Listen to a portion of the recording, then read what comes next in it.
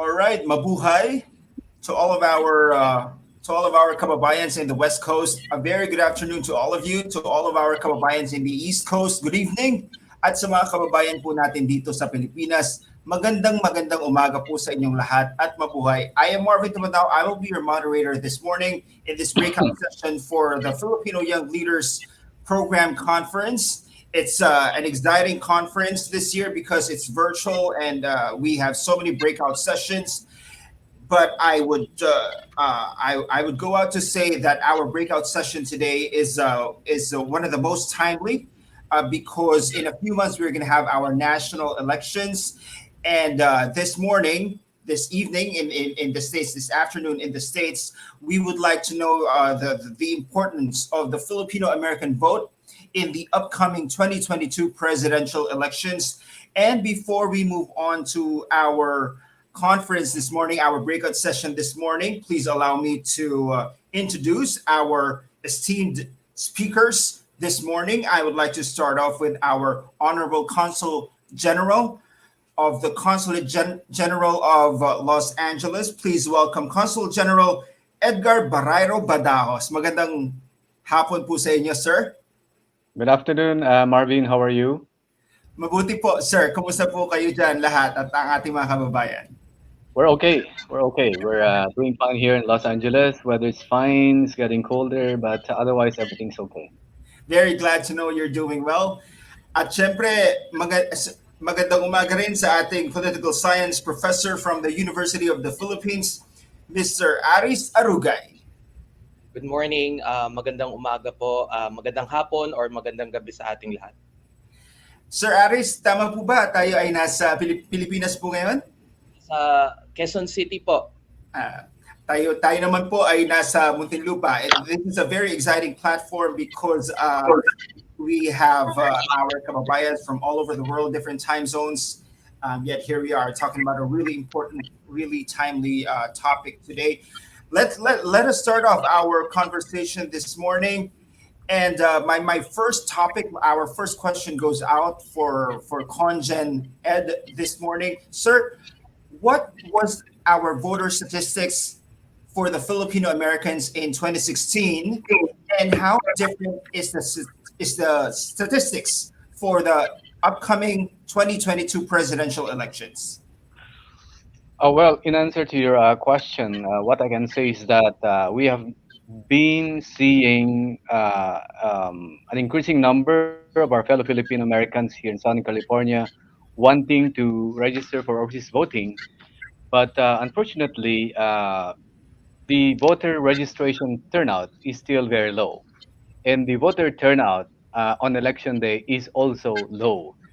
In 2016, only 8,464 Filipino Americans under the jurisdiction of the Philippine Consulate General in Los Angeles voted for the presidential elections. And this is out of 55,239 who registered. Well, to put it simply, the voter turnout was only 15.3%. Wow. And for 2019 midterm elections, the pattern was unfortunately similar. Only 8,263 voted out of 52,762 registered voters, meaning the voter turnout was only 15.7%. So medyo mababa. Sir, ilan po yung target natin na na registered voter sana among our Filipino Americans? Well, the total Filipino American population under the jurisdiction of the Philippine Consulate is 1.3 million. Wow. That's how big we are. Actually, we have the biggest Filipino diaspora here in the United States. We're not saying that all the 1.3 million Filipinos are qualified to register as overseas voters, but we are assuming that the majority or a significant number of them could have actually registered as overseas voters. But the turnout for overseas registration for voting is very low. In fact, voter registration between 2019 and 2021 is only 4% of the 1.3 million Filipino American population under our jurisdiction. So it's very low, very low.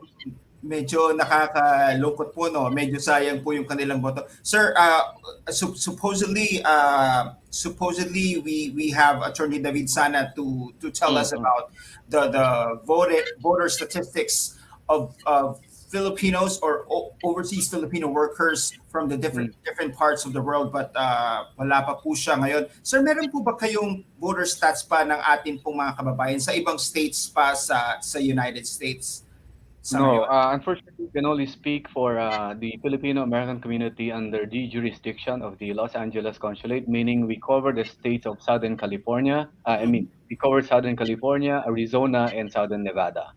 So And these are the numbers that we're looking at. The number is very low, which leads me into saying that if we're talking of the influence of the Filipino American community on the Philippine elections next year, the influence, if you're going to gauge it according to the actual number of voter registrants and voter turnout, the influence is very weak, if not inconsequential. and Conjen, out of these 55,000 registered Filipino Americans in California, what percentage of this statistics is the young Filipino Americans? Well, we don't have disaggregated data to respond to your question. We're looking at the totality of the Filipino registered voters here.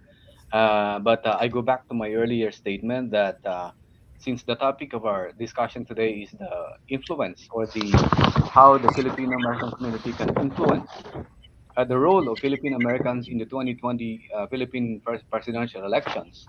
Mhm. If you're talking about the influence of the Filipino voters from under our jurisdiction, because of the very low voter registration and voter turnout, the Mhm. influence is very low, very weak, Thank you so insignificant. much, Conjen. And we would like to move on with Professor Aris Arugay. Sir, ano po ba yung it's different for different people, the motivations to vote.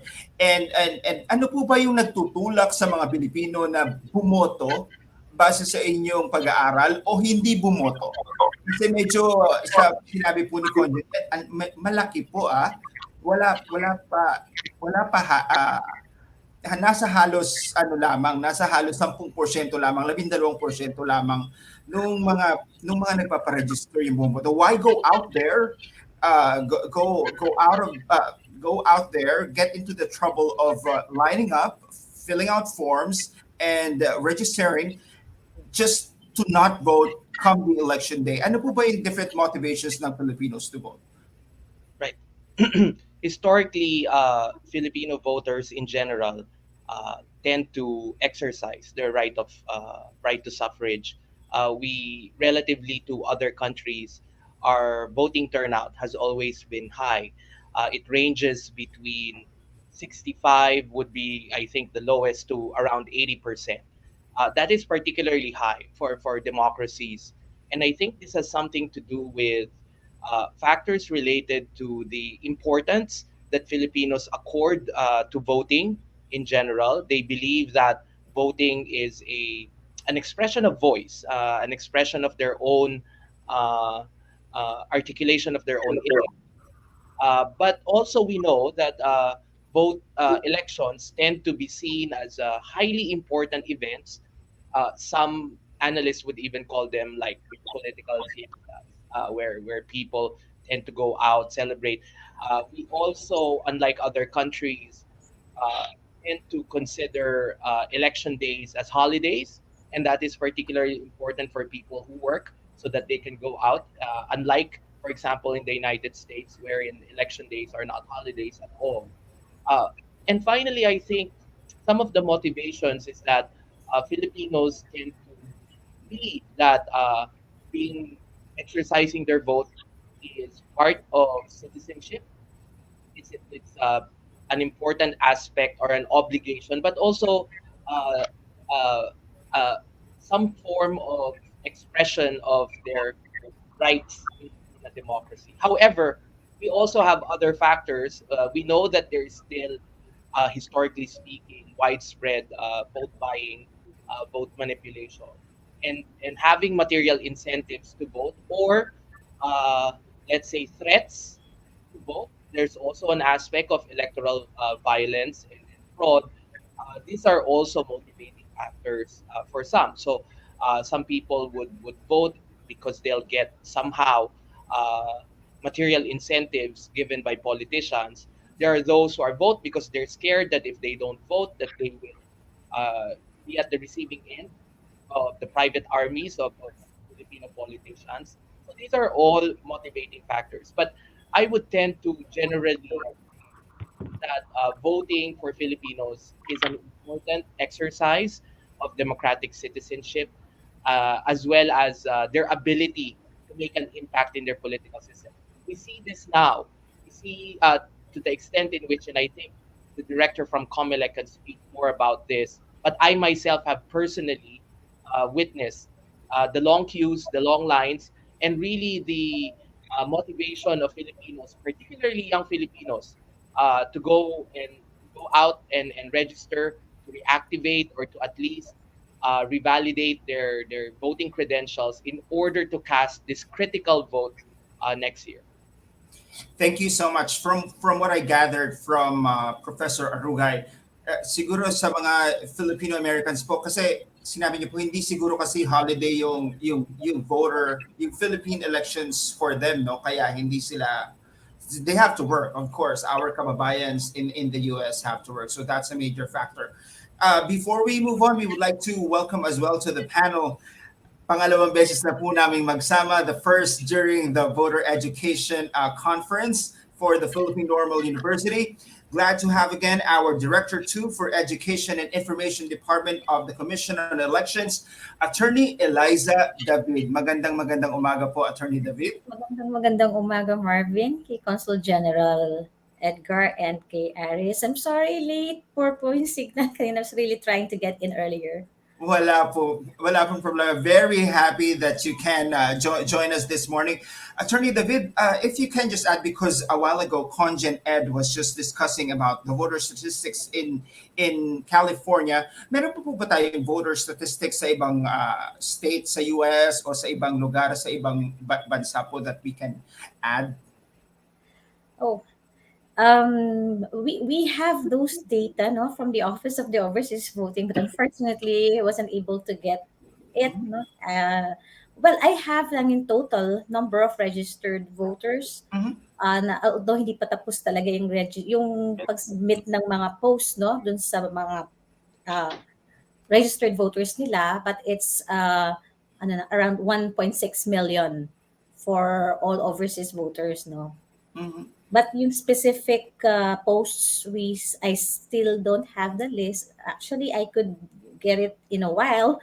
We can do that, pero baka for lack of material time din.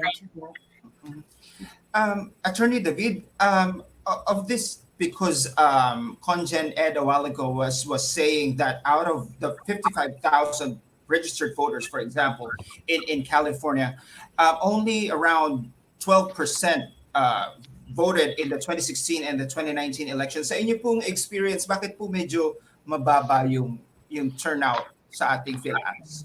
Actually, that is true. No, there are several factors why we have low turnout in general na in overseas voting, not just in California or the United States.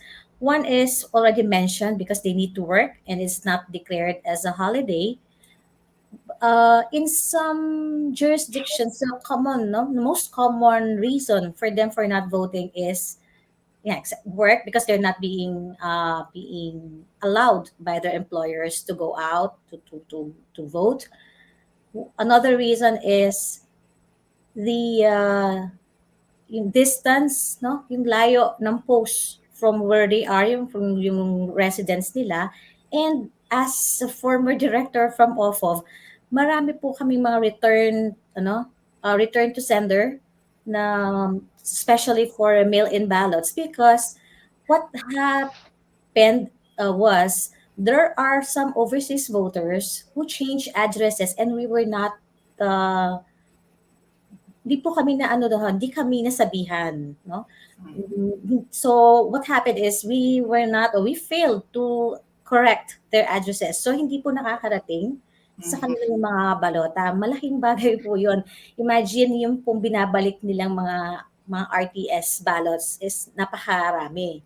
And another reason is may late po. That is one of the problems. We've we've got reports po on that hindi po nakarating daw on time. Mhm. Pero as to the voters themselves, no, one is apathy. Kumbaga, wala na rin silang, it's no, parang ang hindi maganda sabihin, pero parang wala na raw, walang pakialam. Siguro they don't believe in the system, or they feel that the candidates to be voted on are not the ones that they really like, or they do not fit the standards ng mga voters natin. They feel that they're not qualified enough, so they won't just vote na lang. So, yun Mhm. ang mga reason nga. And super busy. And then, yung iba they need to do household chores. Mhm. Mhm. Yeah. Okay. Thank you so much, Attorney David. Conjen Ed, would you like to add to Yeah, well, the motivation? this is just a reaction to what Professor Aries Arugay mentioned. Also, as Director David made the same observations that partly the reason why there's a low voter turnout among registered voters here in California and other parts of the U.S. because the voting days here is not declared as holiday. But you have to understand that in the U.S., most of the polls here are following voting by mail. So we in fact send the ballots to the registered voters to their registered addresses a month before the election day in the Philippines. They have enough time actually to fill out the ballot and to send it back to the Philippine consulate. But even if that such is the case, we are seeing a very low voter turnout. And I would like to say and agree with the observation made by Director David here that partly the reason for the low voter turnout is because of apathy, or maybe because the Filipino Americans do not feel like compelled anymore to cast their votes because they're not seeing any change at all in what is happening in the country. Yeah, paulit-ulit lang naman nangyayari, di ba? Like their Mhm. votes not making any dent at all on our country's governance, something like that. And some practical reasons also that would explain why they don't bother anymore to send back the ballots to us, including, of course, paying for the postage fee. Because you have to remember, although we send them the ballot to their registered addresses to return these ballots to the Philippine consulate, they have to pay for the postage fee. And recently, the U.S. Postal Service increased the postage fee. Although you're talking of less than $1, still, to many of our kababayans, medyo ano pa rin yan. I think they say that why should I pay for this? And it should be the government that should be paying for this, right? Mhm. And so we're seeing a disconnect Mhm. between the high number of Filipinos under our jurisdiction and the low number of Filipinos or others qualified to register, low number of voter registrants and voter turnout. And this, I think, is common observation across the U.S. Conjen Ed and Mm. Attorney David, ano po yung measures that we take to address yung pong apathy or address yung kakulangan po ng interest sa pagboto? Ano po yung mga programs po ng ating pong mga opisina para po to reach out to our kababayans and encourage them to vote? Conjen Ed, particularly sa Filipino Americans and Attorney David, all Filipinos in Filipino voters in general. Sige po, let's start Well, with I think, there should be more information campaign, and we are already doing that with the Filipino American community under our jurisdiction. But aside from what we are doing as the Philippine consulate that has been deputized by the COMELEC, to ensure that there's proper conduct of the elections here at the Philippine consulate next year, I think that it's also incumbent upon the candidates themselves to reach out to the Filipino voters under our jurisdiction. And we're not seeing really enough actions being taken by the candidates as of yet, at least as of yet, to really reach out to the Filipino American voters. Probably they feel that the overseas voting is still making very little dent on the final outcome of Philippine national elections. Kaya hindi masyado nila pa itong binibigyan ng pansin, you know. Mhm. Mhm. Kumbaga, yung resulta ng overseas voting is still statistically inconsequential when you're talking about the final outcome of Philippine national elections, unless you're talking of maybe just a few 100,000 votes difference between the winning candidate and the runner-up. Then maybe that's very important, and that would probably motivate more of our candidates to reach out, come overseas, and campaign among the Filipino American voters. But Thank you. until the outcome or until the voting overseas really becomes so huge that it'll now make a big difference in the Mm. outcome of Philippine national elections, I think Filipino politicians would have very little motivation to really reach out to voters overseas. All right. Again, from the end of our content in LA, you are already doing measures to reach out to our kababayans, and of course, there is a lack of reaching out from the end of our candidates. Director David, we already discussed this in our conference in PNU. There were 10 million who did not vote in the 2016 elections.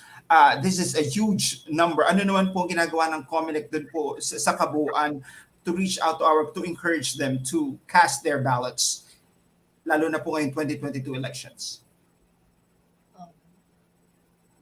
Yung nabanggit ni Conjen, first sabi ko nga, I would like to adopt yung answer niya in toto. Kasi totoo yung talaga ang nangyayari. And yun nga, we would like to thank yung mga sa partners sa DFA, sa mga posts, because we know that they're doing their part talaga. Yung nag-efforts na to reach out to voters. But then, di ba nga, we could only do as much, no? Hindi, even if we, I'm not saying na hindi enough, but I'm sure, no? Lahat ng kailangan nilang gawin to disseminate information, to do voters education is already sufficient. But then, if Filipinos nga don't really believe in the system na, and they feel no that their vote won't really make a difference, and to add to that, that the candidates themselves don't uh, exert more effort to reach out to our kababayans abroad, then that would really affect no yung sa motivation aspect of the voters to vote. So, and plus ang daming kasi, if there are ang daming challenges, and one is yung nabanggit din ni Conchen, which is yung they need to spend sa mga mail-in ballots, to spend for the return of their votes to the consulates or the embassies. So that is one big challenge. But for COMELEC, we are really looking into that. In fact, we would like, no, we are planning that yung postage is not just one way. Ano na, dapat it would be free na pati yung pagbalik. But Hmm. COMELEC is also burdened no with problems or challenges with our budget. Siguro Hmm. nabalitaan lang din ng last budget hearing na ang laki ng binawas sa budget ng COMELEC, and that also includes budget for overseas voting. So Hmm. if we do exert effort to address this problem, the very low turnout. In fact, just for the information din of all, during budget hearings, the overseas voting is a hot issue because the lawmakers, the congressmen, senators, they are questioning why we really spend, no, we spend a lot for overseas voting, and yet we low turnout. So napag-uusapan talaga. And of course, one of the subjects that is always being questioned is probably the lack of uh, information dissemination on the part of COMELEC. No, not on the part of the post, but sabi ko nga, uh, we do have plans. In fact, just recently we had an infomercial that was shot with Rachel Alejandro as the talent for the last for registration. So hindi naman po nagkukulang, and of course for voting magkakaroon din po ng mga infomercials. All efforts ginagawa, pero pag talagang that is not enough to convince them to vote. Mhm. Yun po talaga yung malaking problema. So siguro ang naisip namin is dahil usually Filipinos talk to their families, right? Sa pamilya, maano tayo sa pamilya eh, closely knit ang mga Filipino. So, Mhm. siguro families of overseas voters na nasa Philippines could really make a difference by encouraging them to vote. Mas bagay po yun. Yun ang naiisip ko. Oh, Very important notes, Conjen Ed and Attorney David. Thank you so much. Our next topic goes out for Professor Arugay. Sir, sa inyo pong pag-aaral, ano po yung mga tiningnan ng ating electorate sa kanilang pagboto o dun sa kanilang ibobotong kandidato in the past elections, most especially in the 2016 elections? Uh, I, 2010 and 2016 elections. yeah, yeah. Thank you. I just want to have a rejoinder to Director David. It's important. In our own studies, we had a survey of around 700 randomly selected Filipino Facebook users, and I think we're going to talk about social media a bit later. But I just want to reveal some of the important findings. And one of the findings we saw is that uh, those that we surveyed tend to believe or tend to have uh, reported that they somehow their voting choice was influenced by uh, if they have relatives who are overseas.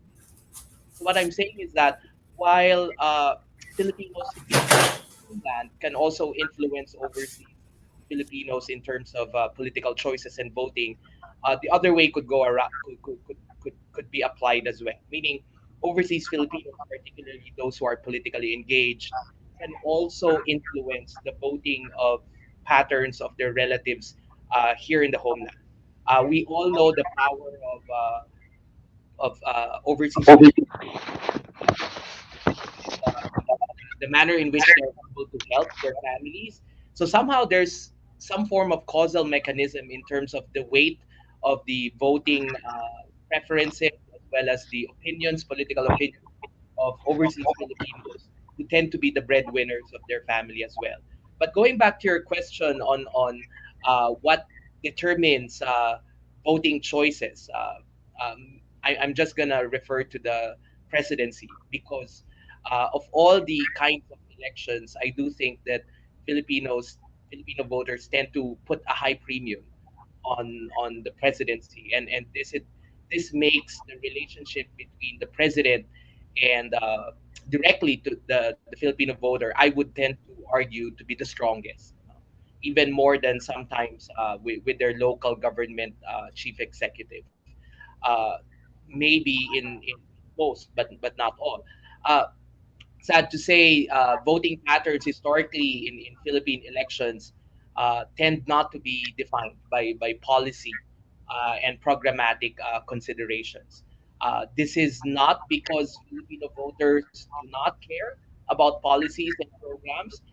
This is not because they're not equipped uh, intellectually to engage, but this is what is offered to them. In terms of the menu, what is offered to them are mostly concentrated on uh, factors related to personality, image, and more than programs and policies. So, if this is the kind of menu being offered to you, you can't really ask for anything beyond the menu. So there are attempts to make our election campaigns concentrated more on policies rather than personalities and mudslinging.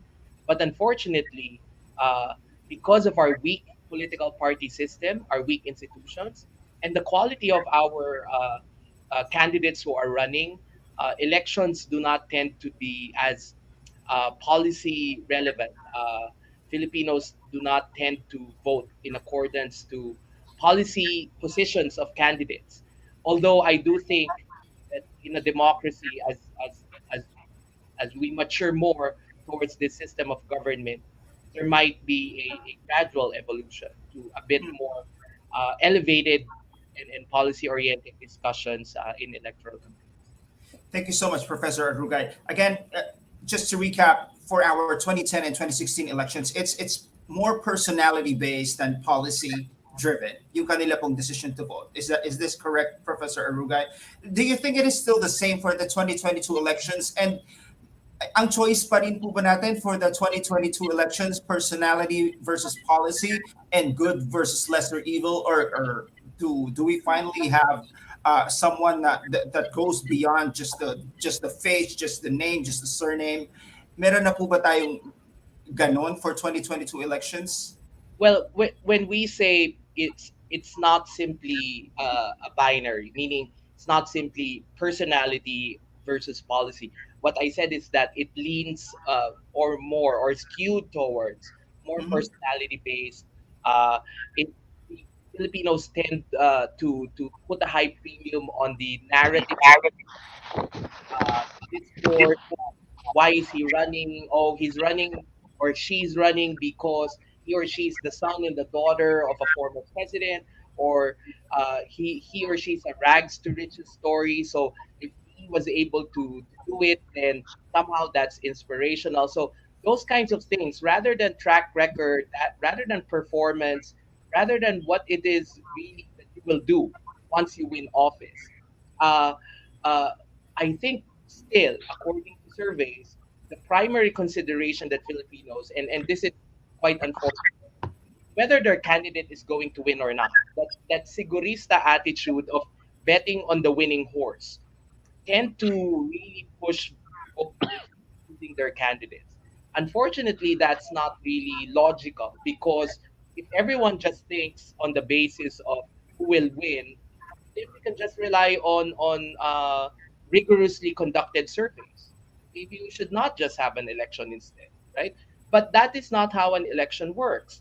Uh, People should vote in accordance to their own preferences, not because their candidate will likely lose or will likely not make it. Uh, that those considerations should be secondary.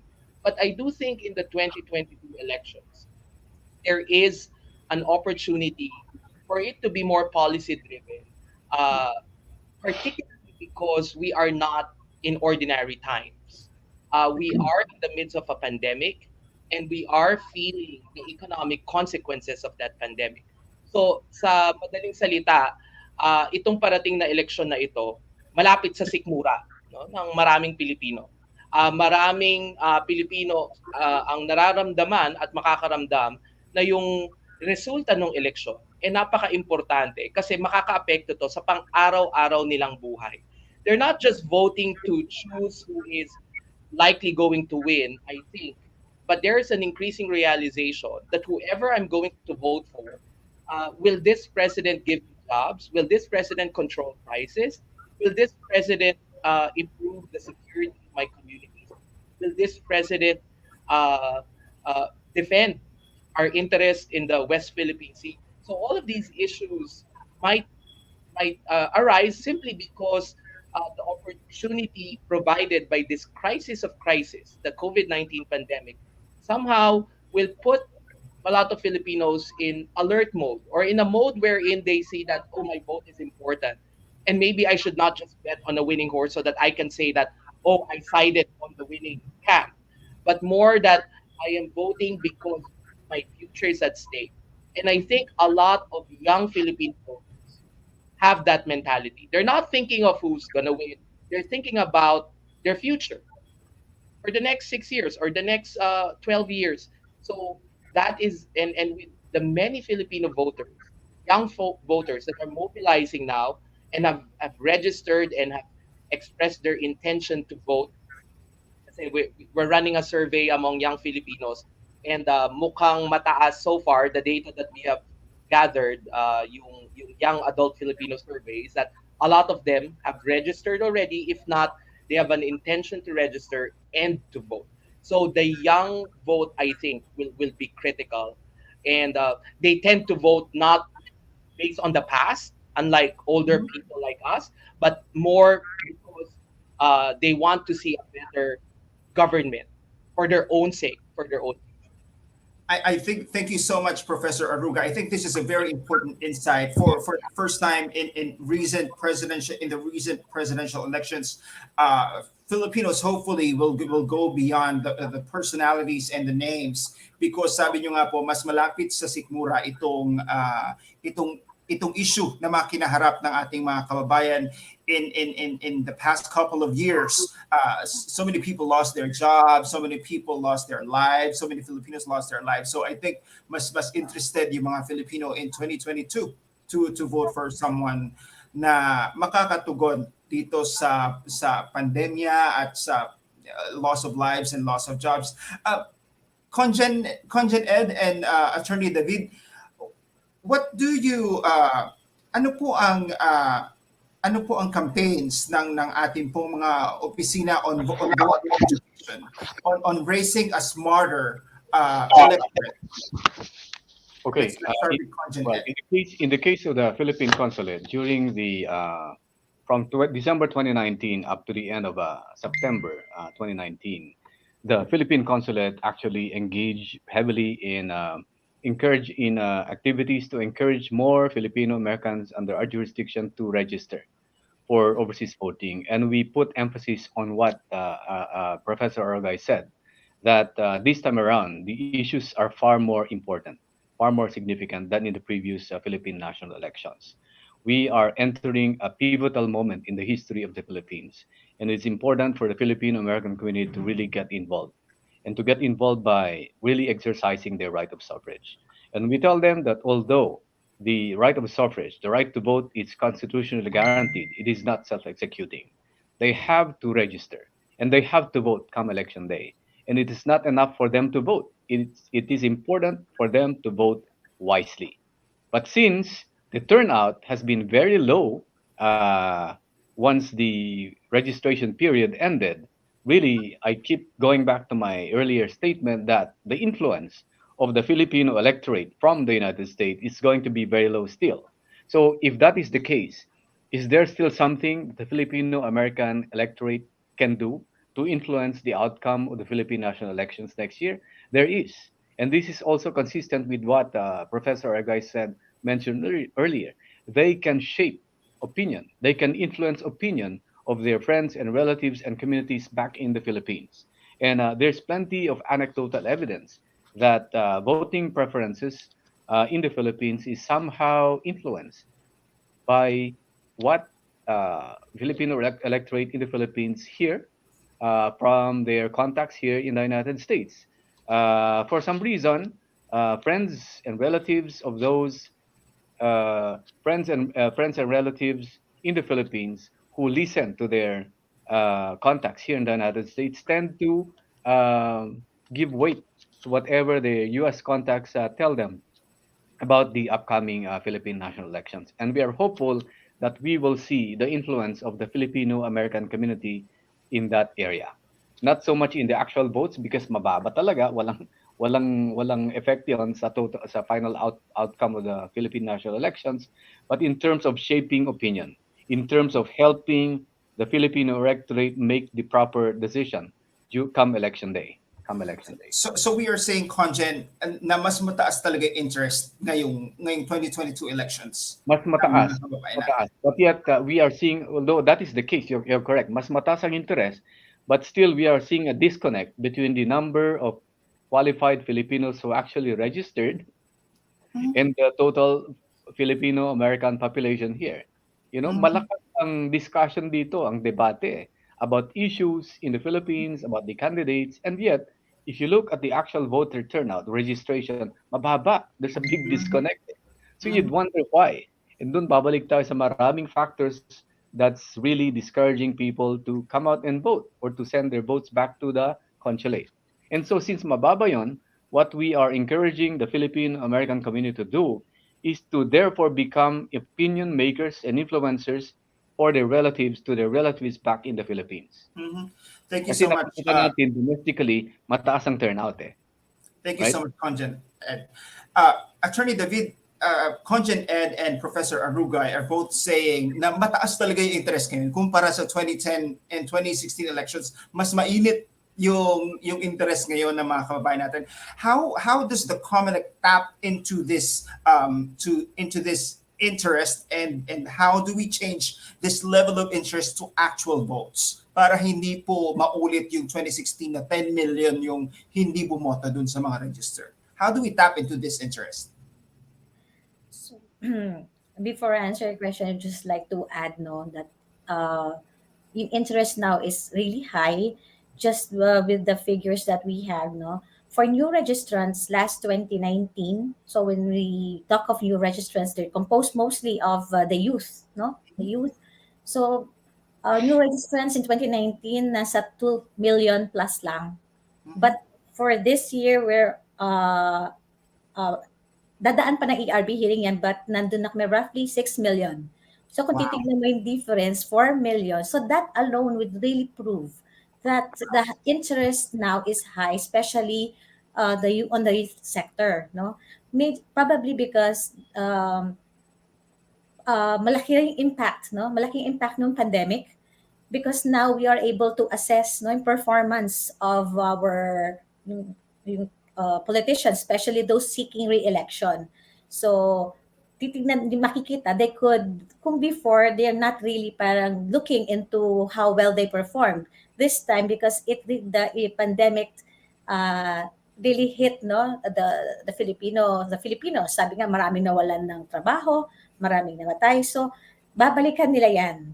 And I think this time they will be more wiser and more, they will be intelligent voters no compared before, because they will really feel no, because especially those families who were really affected by the pandemic, they will feel the need to really have a change and to scrutinize and to assess no yung candidates talaga, to look into their qualifications, yung mga accomplishments nila, not just yung kung sino sila. Eh, yun ang nakikita namin, mas magiging intelligent ang mga voters natin ngayon. And we just hope no na yung high registration turnout, especially dun sa new registrants, kaya nakikita natin yung interest talaga malaki, no, and talagang pinaparinig nila, they want their voices heard just with the registration figures alone.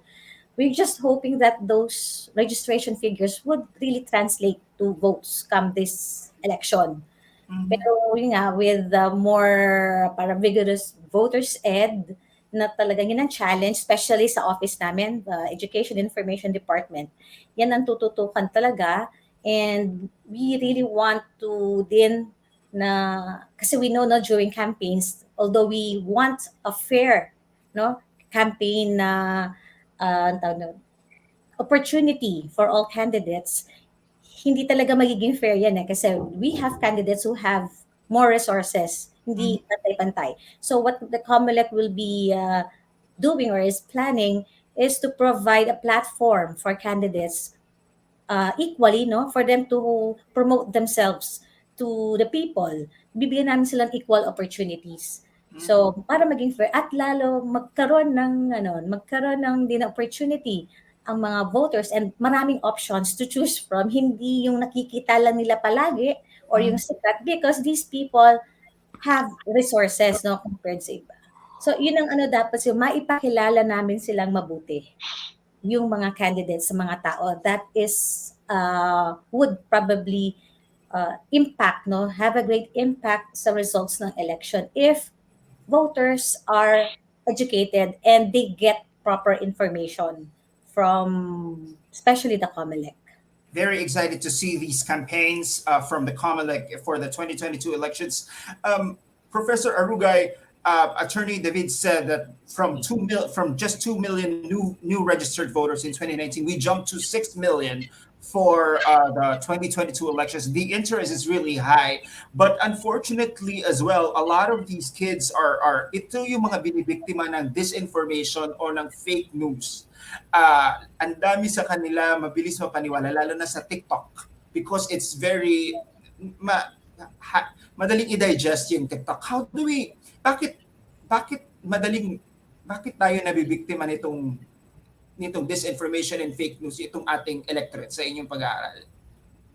Well, I think the role of social media is going to be very important in elections next year, and we kind of saw a glimpse of it in 2016 and a little more in 2019. So we see a gradual intensification of the important role that social media plays.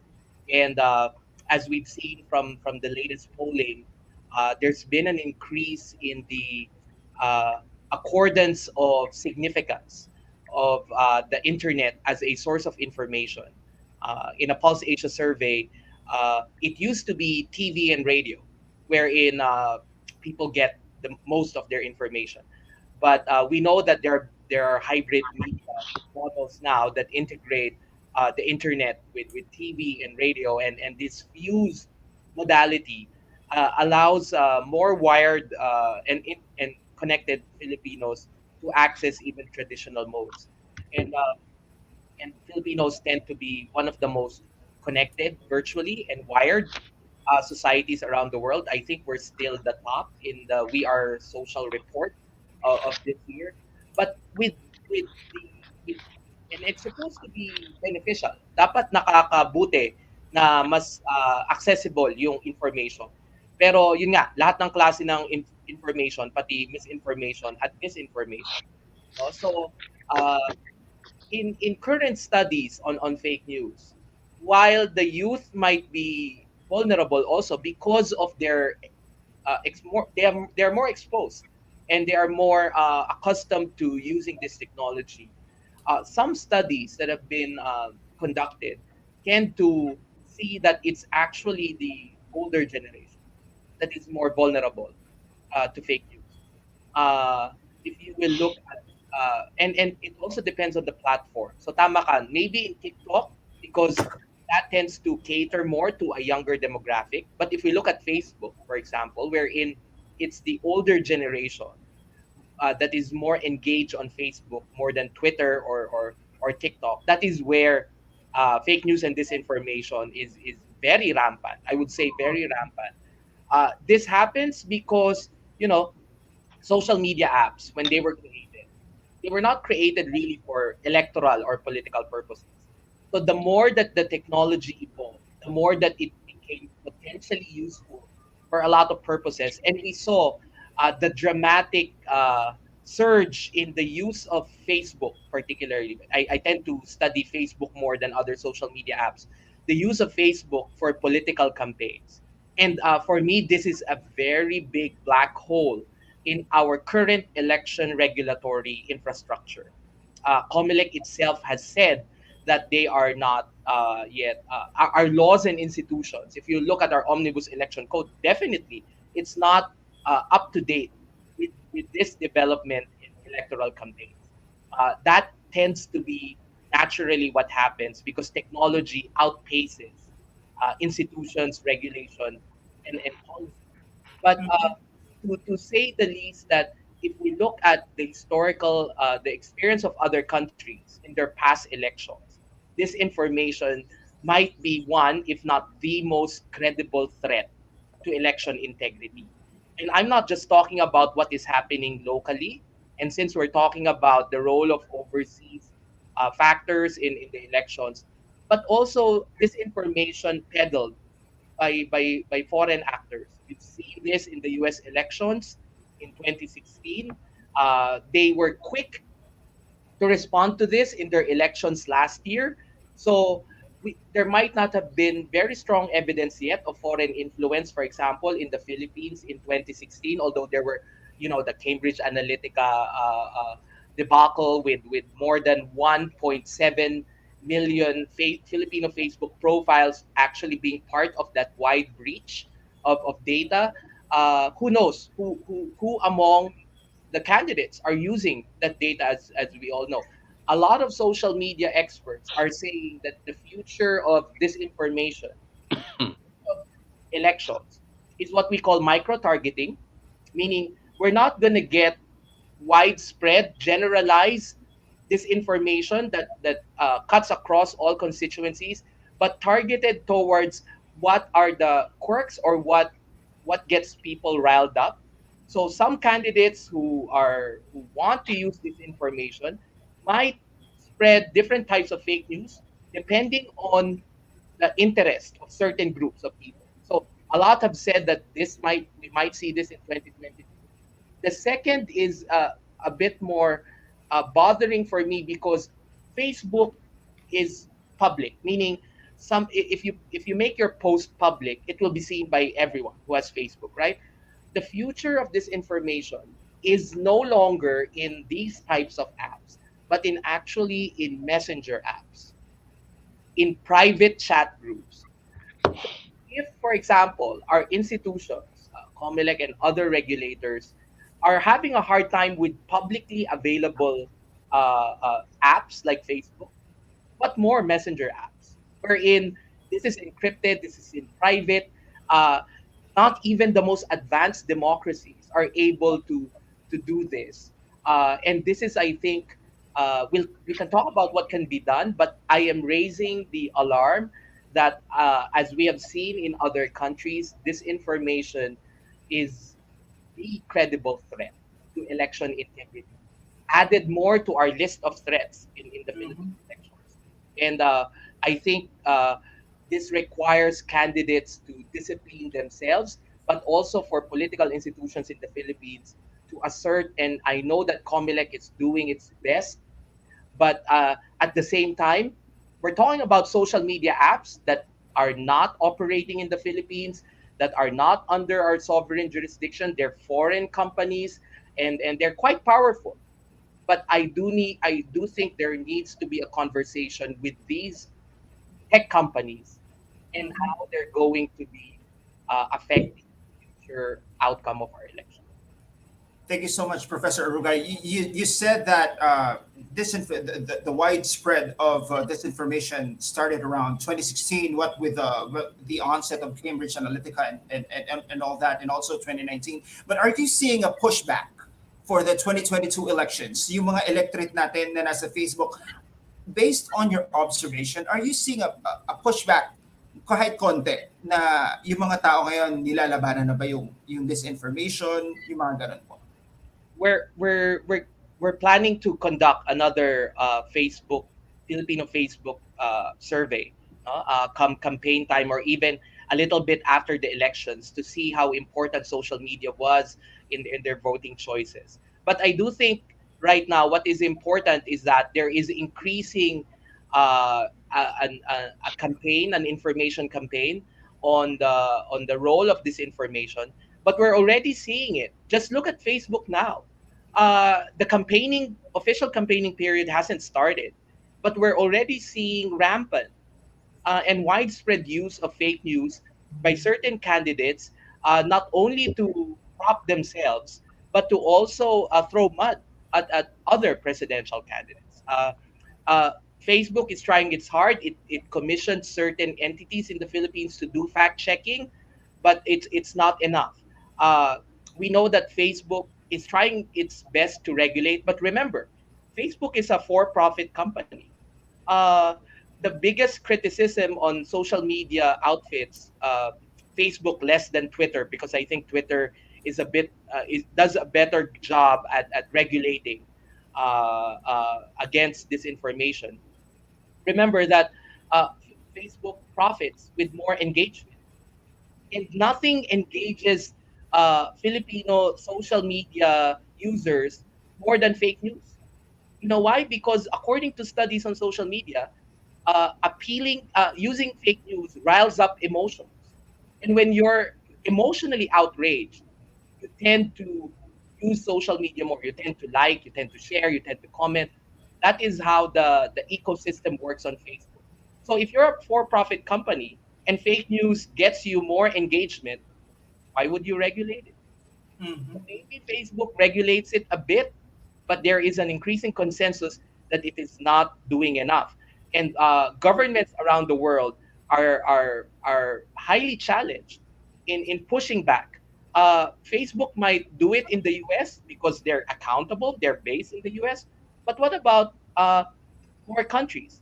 Like in the Philippines, wherein there is 99% penetration of Facebook among all wired Filipinos. Meaning, if you're a Filipino who have internet access, 99% of the time you have a Facebook account. Wow. That gives a lot of power to this social media application. And Mhm. this is widely used. There have been campaigns. Some people believe that Facebook should be banned in the Philippines. But Mhm. that, I think, is is a very hardcore response because we know how useful Facebook is. Facebook is being used for education. Mm-hmm. Because of technology, a lot of kids, a lot of students are able to carry out their studies through Facebook. So what I'm saying is this is highly challenging, and I think even governments in more advanced countries are having a difficult time. What more countries like us? Mm-hmm. But what I'm saying is we are at risk because we're highly vulnerable because we're so dependent on social media right now. We're so dependent on Facebook.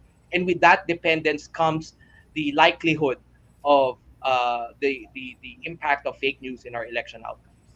All right. Thank you so much, Professor Arugay. Director David, Attorney David, ano naman po yung measures that the COMELEC takes to combat disinformation, lalong-lalo na po sa Facebook, lalo na sabi ni Professor Arugay, 19, sa study nila, 99% of wired Filipinos or Filipinos with internet access are on Facebook, kaya doon nangyayari yung majority na disinformation. Ano po ang ginagawa ng COMELEC to combat disinformation and the spread of fake news? Yes.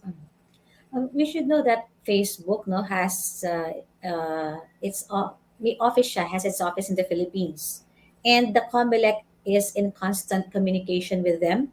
Kailan lang nag-meeting kami because they have programs then that they proposed for us for this elections, and ang question mo is how do we address this disinformation, misinformation?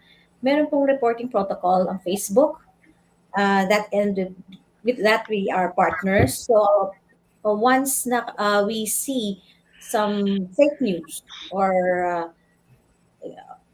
fake news or kung anong information that aren't true, we could report it to Facebook and they could remove, no? And sila rin, if they see these things, then they could also, no, remove this post. So meron kaming ganong reporting protocol or mechanism to alleviate, no, to help the non-proliferation of fake news. Mhm. And although nabanggit nga, I agree with the Professor Arugay na uh, that yung online could be a source of a lot of misinformation. But I do also believe, no, that uh, it has no, both yung advantages and disadvantages din naman. And yung nabanggit kong high turnout, registration turnout for the youth could also be attributed to digital media, no? Kaya nga marami tayong youth din na nakapag-register, naging aware sila of their rights and political participation is also because of social media. Eh, dahil nga we all know that they have a good grasp in yung technology and they could easily navigate information online. So it's very helpful. But then yung a disadvantage, yung other side of it is also a good source of misinformation, no? Especially now with the proliferation of troll farms.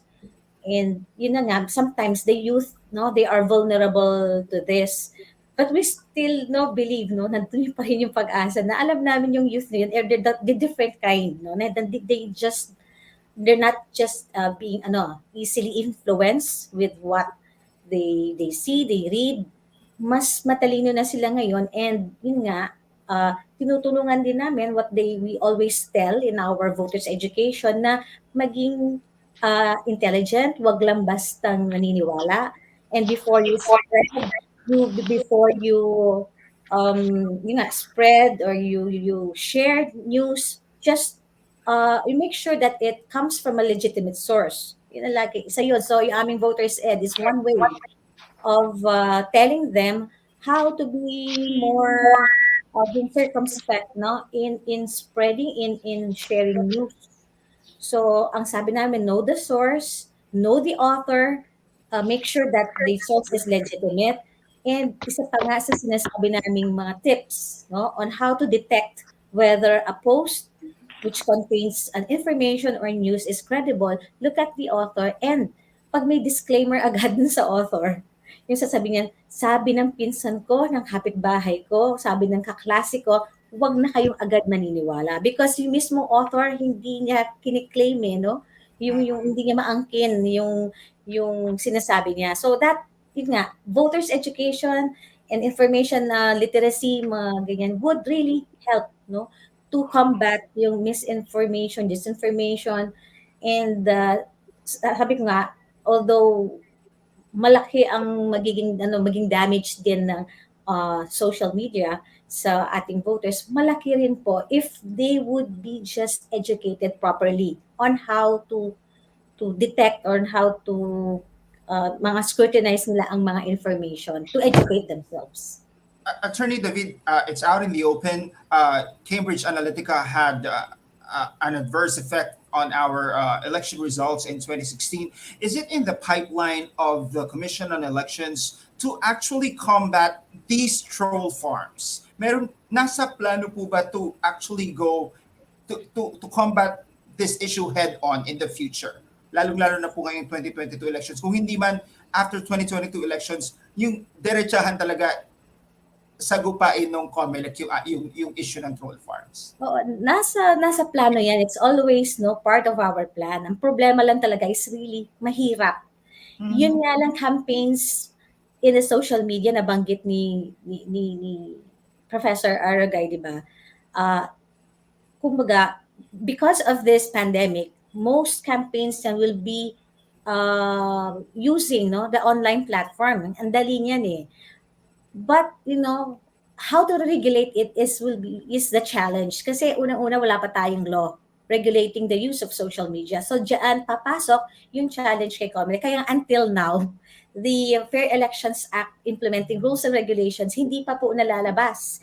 It's because inaaral po mabuti yung guidelines because we really need to, if not talagang totally na ma-regulate, hindi namin kaya yan, at least yung maging mas stricter or more efficient ang regulation sa use ng social media.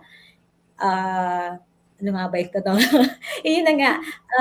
Of course, nandoon yung plan. Kaya nga din we also partnered with Facebook. In fact, we also partnered with TikTok, no, to help us disseminate yung true information yung sa mga users or tawag ba doon, yung gumagamit ng TikTok. Sabi nga natin, although it's widely used by the youth, pati naman din yung adults, even professionals, no, they use TikTok. But we don't just partner with them to provide information. We partner with them to help us, combat this proliferation of fake news or misinformation.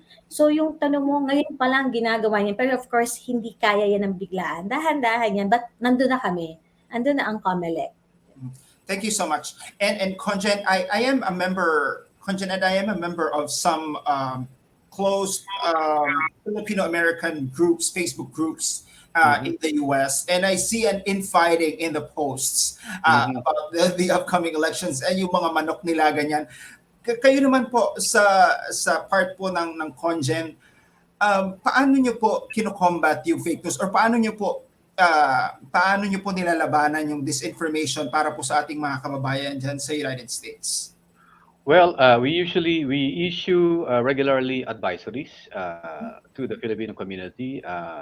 Basically urging them to just read and follow official sources of information, not so much get information from social media, because we know that there are a lot of news coming out of social media that are not really accurate or true or correct. So we regularly issue public advisories, and in our in-person meetings with the Filipino-American community organizations, we repeat the same message to be careful when getting information from social media. Now, going back to the earlier discussion about the use of social media as a source of information, I think this is where, again, the Filipino-American community can come in. They can be arbiters of public opinion. I mean, we know that the Filipino is one of the most digitally connected people in the world. We have a very high usage of social media. And because of that, I think it is incumbent upon the Filipino-American community members to really try to educate their relatives and friends back home to really be very discerning when it comes to assessing the different personalities and characters who have come out and have come forward, presenting themselves to be the most qualified for this or that elective position for next year's Philippine national elections. So we do our part, going out of our way, releasing public advisories, talking to Filipino community organizations, talking to individuals and groups, to rely only on official sources of information, meaning our website, our official Facebook page, the website of the COMELEC, the website of the DFA, and many other official sources of information, both in the Philippines and in the US. Yeah. Thank you so much for Yeah. these campaigns, Conjen Ed. Siguro po, we have the last 20 minutes. Siguro po, nakita naman po natin, lalo na in the recent elections 2016 and 2019, how polarized we are as a nation as far as our political views are concerned. And it is getting inside our home. It gets into our families. And hindi lang sa Facebook nag-unfriendan yung mga tao, but even in familial conversations. How do we get these difficult conversations at home? How do we tackle the difficulty of opening up a political conversation, a healthy political conversation at home? Sige po, Conjen Ed, sa inyo na lang po tayo mag-start ulit with our Philippine Okay, thank you very much. Well, ang sinasabi natin sa ating mga kababayan dito sa Los Angeles, sa Arizona, at Southern Nevada, they should focus on the future direction of our country, especially since we are going through a very critical period in our history as a nation. They should focus on the issues. They should focus on the capabilities of the candidates who they think is really the best qualified to lead the country out of this pandemic. Wag na yung mga personal differences about this or that candidate. What is important is that we should really select the best qualified candidates, people who we think are in the best position to help in the transition. Yun ang sinasabi nating palagi sa ating mga kababayan in our meetings with them every time we go. Yeah. Conjen Ed, mabanggit ko lang po. Very recent po ito. Last week lang, meron pong mga Pilipino na nagbugbugan sa Singapore. Because of, nabalikan niyo po ba ito at David? So far, it has not happened yet here in the US. Not that I know. Paano po nila ma-reach yung ating Conjen? Kung wag naman po munawang mangyari. Kung magkaroon ng altercation na ganito, because nakarating sila sa korte, itong mga OFW sa Singapore. Paano po nila kayo ma-reach kung magka-problema sila na? Malawak po ang network ng mga Filipino community dito. I think almost everybody knows everyone here. So if anything happens in the community, we will always know. And we offer really our good officers to mediate between and among the parties that have this kind of misunderstanding. So we're always ready to intervene and to mediate. But it has not happened yet. We're seeing a lot of heated discussions or heated debates among members of the community, but it has not come to blows yet. Thank God. Mhm. Thank you so much po, Conjen Ed. And Director David, Attorney David, how do we bring these difficult conversations, political conversations, to our homes? Natatawa kasi, actually, it's not difficult to bring, no? What is difficult is to stop or to how to become referee once naging heated na yung discussion. It's not really difficult to bring the discussion. Yung mga political discussions na ganyan, talagang madalas yan, especially with friends. Marami nga nag-unfriend because of pag they don't share the same views, no, or opinions. So, families are not spared dun sa ganyang scenario.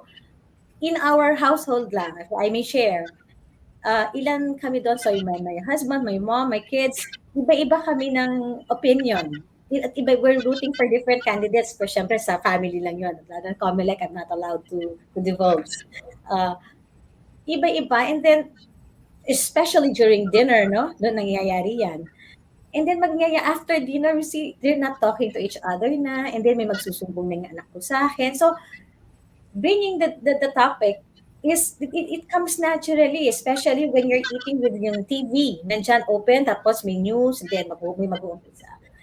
Ang ano dyan siguro, ang magandang advice to families, no, is instead of playing lawyer to your candidate, no?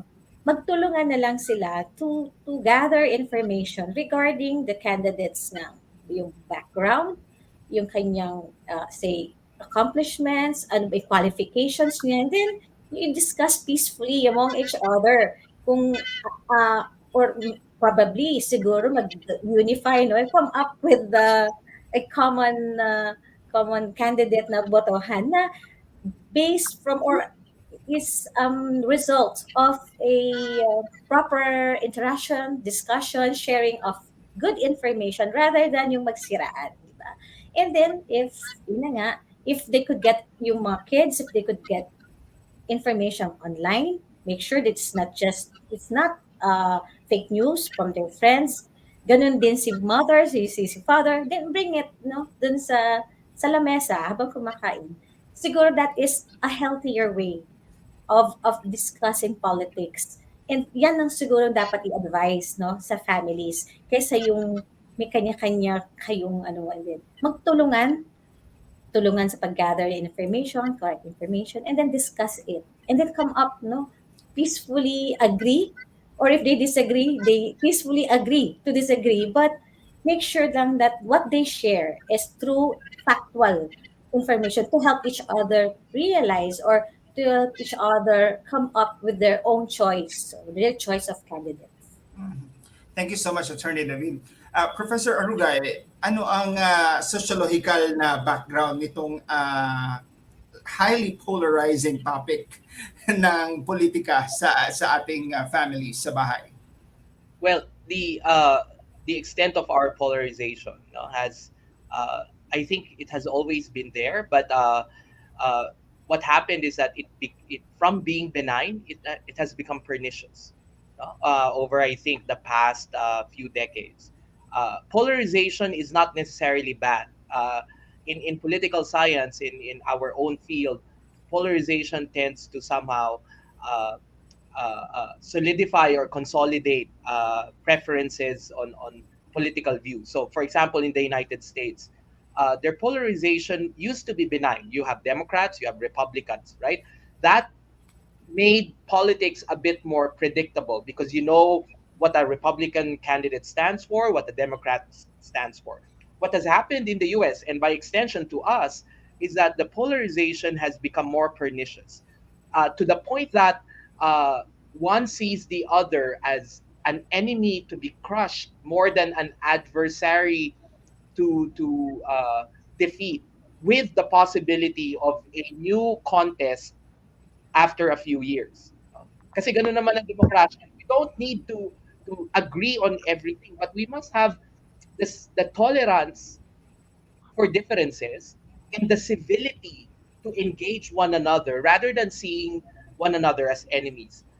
Yung sa families, I think one compounding factor, no, you mentioned sociology and culture. I mean, I would leave this more to sociologists and anthropologists, but I think part of Filipino culture, but we know culture is changing, but part of our traits, and I think this magnifies polarization at home, is that we don't tend to talk more about things. We don't talk it out, unlike Americans, right? If you see Americans disagreeing with even within the household, they will have a meeting, they will talk it out.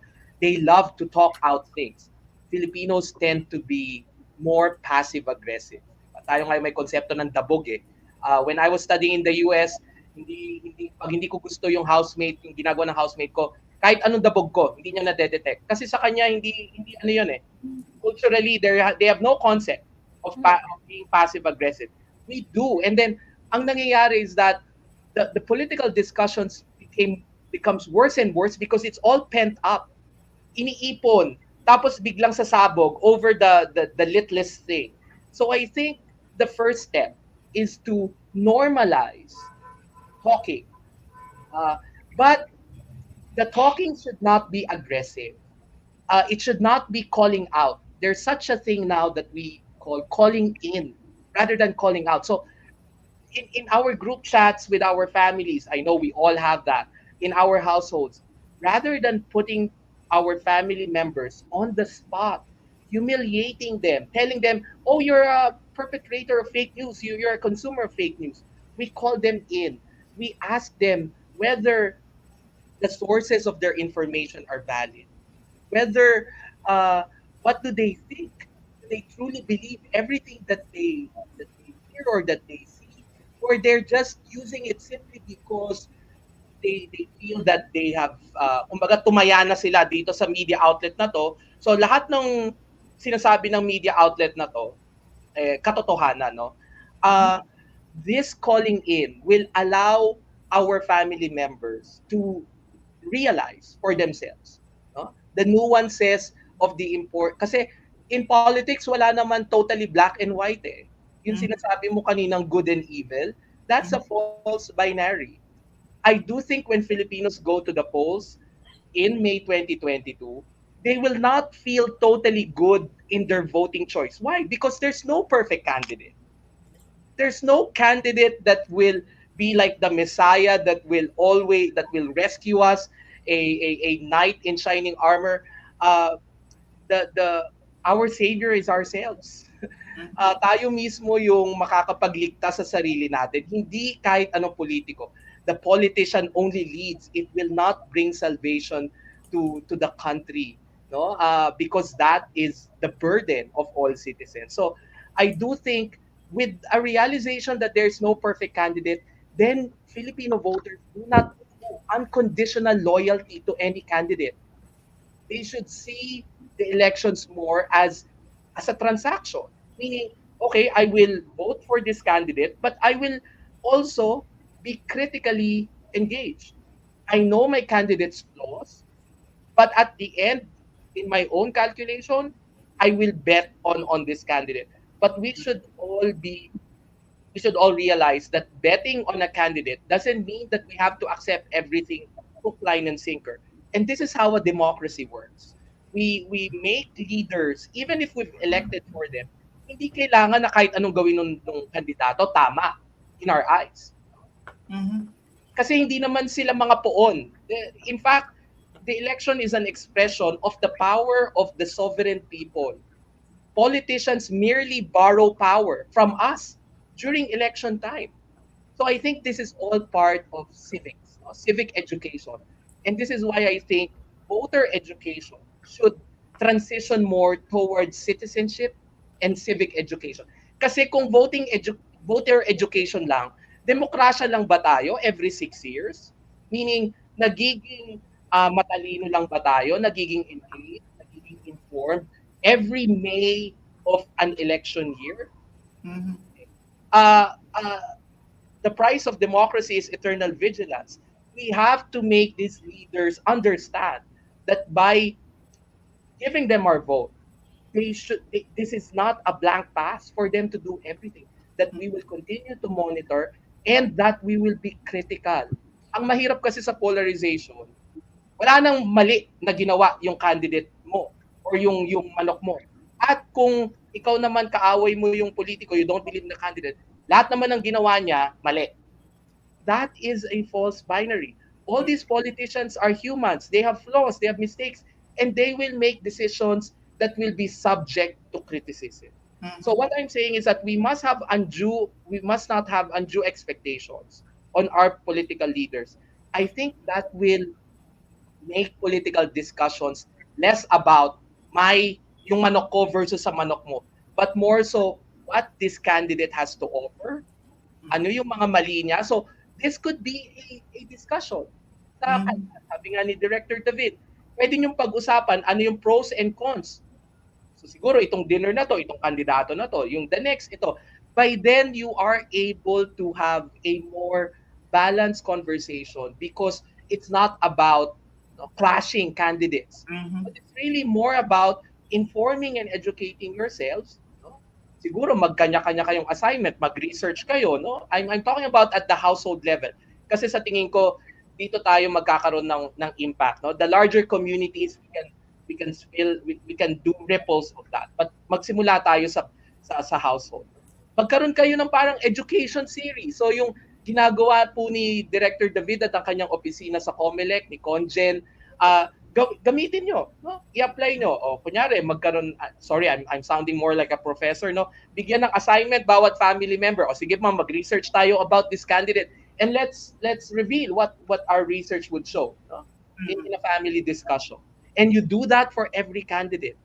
And at the end, I think the last thing is that we should respect that a vote is a private, no? uh, uh, sacred choice of each individual.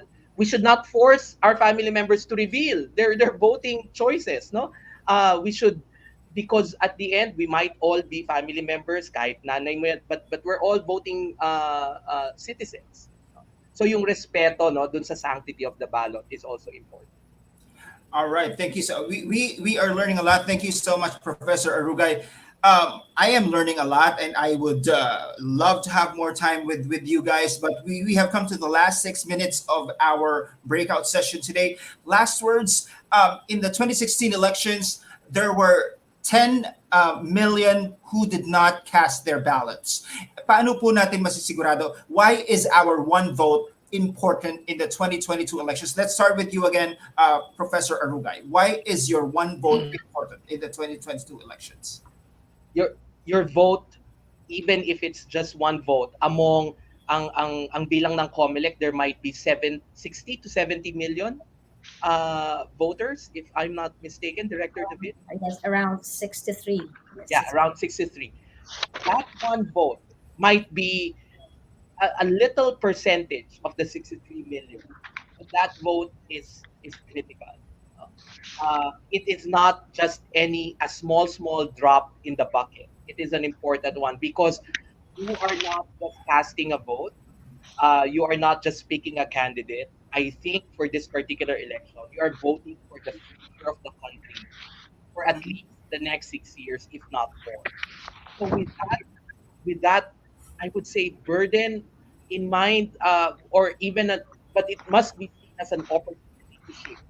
We all want a better country. We all want, and for Filipino Americans, having enjoyed the benefits of living in the US despite all of its challenges, I having lived in the US for my studies for almost 6 years, I saw the heart of Filipino Americans still belongs to their homeland, because nationhood is not about how you live. Being a part of a nation transcends geographic boundaries.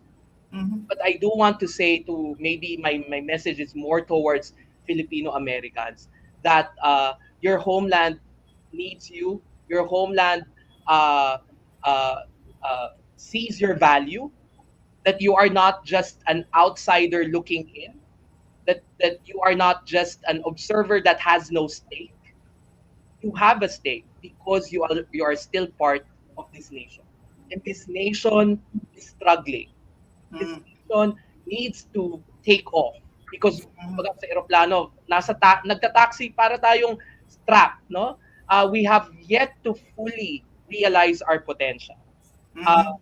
help us, help Filipinos in the homeland, because you might have been able to have better lives. Most of you, not all, for sure. Some overseas Filipinos continue to be highly challenged, but your homeland needs you in this coming elections. If you're not able to cast a vote, ang sabi nga ni Conjen, please participate in discussions, in discourses, because your voice counts.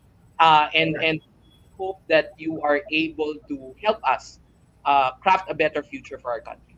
Thank you so much, Professor Arugay. Attorney David, why is the one vote of every Filipino American important? Yes, it is very important, even if it is just one vote. Why? Because all those one votes, no, taken together, sum them all up, would probably be a huge number, and that could make or break a candidate. You can make those all one votes win candidate win or lose, and it's not simply those one votes that, again, taken together, might be the change our struggling country needs. Yun lang. Malaking bagay ang one vote na po yan. So, wag po natin siyang pasiginin. Very short but very meaty. Thank you so much, Attorney David. And last but not the least, of course, Honorable Consul General Ed, bakit po mahalaga ang isang boto ng bawat isang Filipino American sa United States? Well, maraming salamat, Marvin. And well, I begin my answer by saying that Our system of voting for all positions, including that of the president, actually ensures that every vote is counted and every single vote weighs the same. Wag nilang isipin na, well, isang boto lang ako kumpara dun sa iboto ng iba, eh, wala nang ano yan, wala nang importansya yan. You've got to understand when the COMELEC canvasses all the votes, your vote, every vote is counted. And even if your candidate loses, your vote will still have counted for as much as everyone else's. Diba? And I agree with what Director Elisa David says that, well, you may be just looking at your one vote, but if you add that with the other one votes all over the country, and also including the overseas votes, that may yet break, could yet make or unbreak, the candidacy of one political candidate. So it's very important for us to exercise our right of suffrage.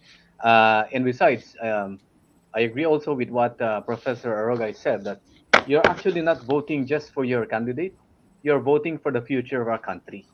Mhm. And we are going through a very difficult transition period as far as our country is concerned. We have always been taking off. Tama si Professor Arugay. We have always been taking off. When will the country finally take off? We can only take off if we finally take part in Philippine national elections and take part, not only take part, but take part wisely by choosing the best and the right candidate in next year's elections. All right. Thank you so much.